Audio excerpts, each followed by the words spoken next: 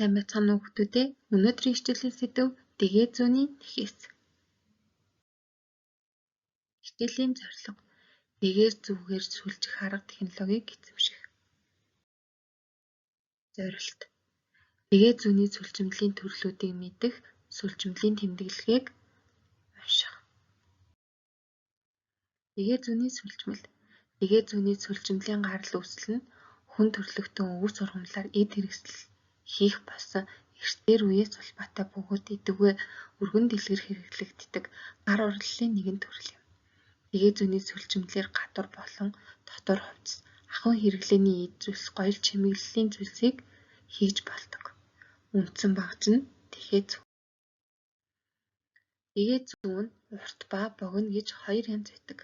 Богино зүүн 12-аас 15 см, урт зүүн 30-аас 45 см. Зүүнний дугаар нь зүүнний диаметрийг тодорхойлдог. 1-ээс 2 дугаарын зүг боолдор буюу хатуу төмрөөр хийн. Үүгээр торгон нарийн утсаар гоёмсог зүйл сүлжинэ.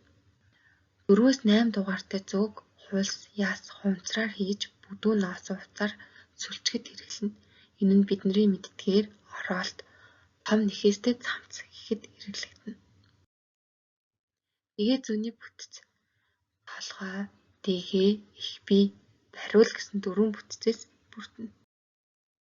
Дэгээ зүүнний ангилал богино зүү, урт зүү, сэрээ зүү гэж 3 ангилна. Сүлжих технологи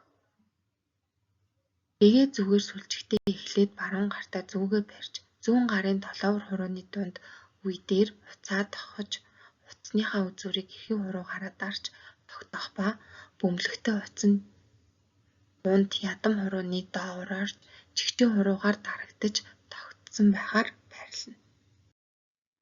Аюулгүй ажиллагааны дүрэм дэгээ зүгээ ам болон хамартаа хүргэж болохгүй. Хичээлээ хийж дуусчаад байнга хурааж даалт хийх хэрэгтэй. Хүүхдүүдээ бичлэгээ анхааралтай үзэж туршиж үзээрэй. Ингүүдээ. За дахиад харуулъя. Шглаа. Ингүүдээ. За дахиад харуулъя. Шглаа.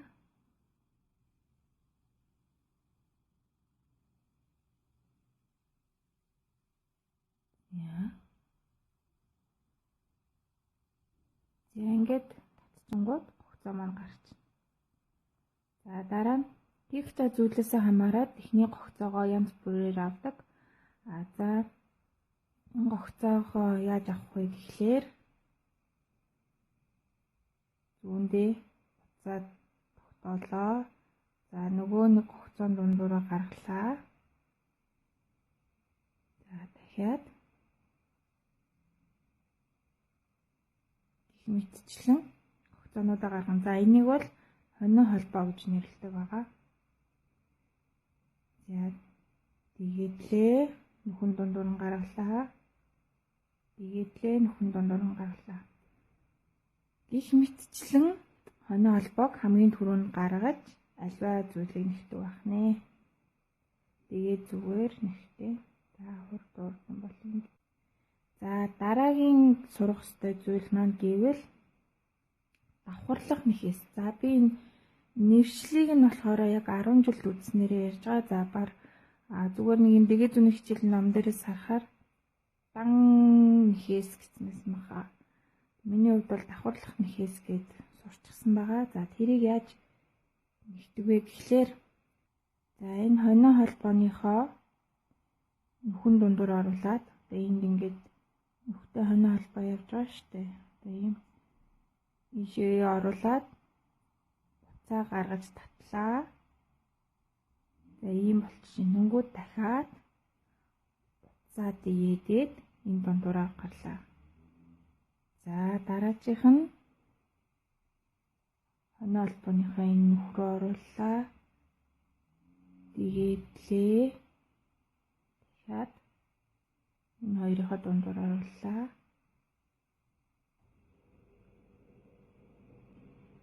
Тэгээд энэ хоёроо дундуур орууллаа. Тэгээд за энэ бол бидний үндсэн нэхээс буюу давхарлах нэхээс гэж явдаг байна.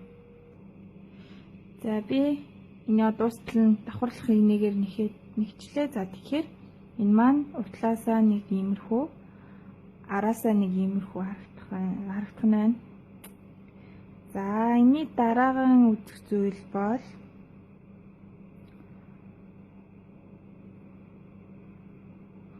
нэгийг надад ийм багнаар нэхэгддэг учраас нэг авчлаа. За давхарлах игнэ. Гэхдээ нэг оролттой давхарлах игнэ гэж бас байгаа. Тэр нь яадаг вэ гэхлээр зүүгээ нэг ороолоо уцаараа. За тэгээд одоо энэ нэхээснүүдийн дунд нь нэг юм нөхнүүд үүсчдэг. За тэгэхээр энэ нөхөр нь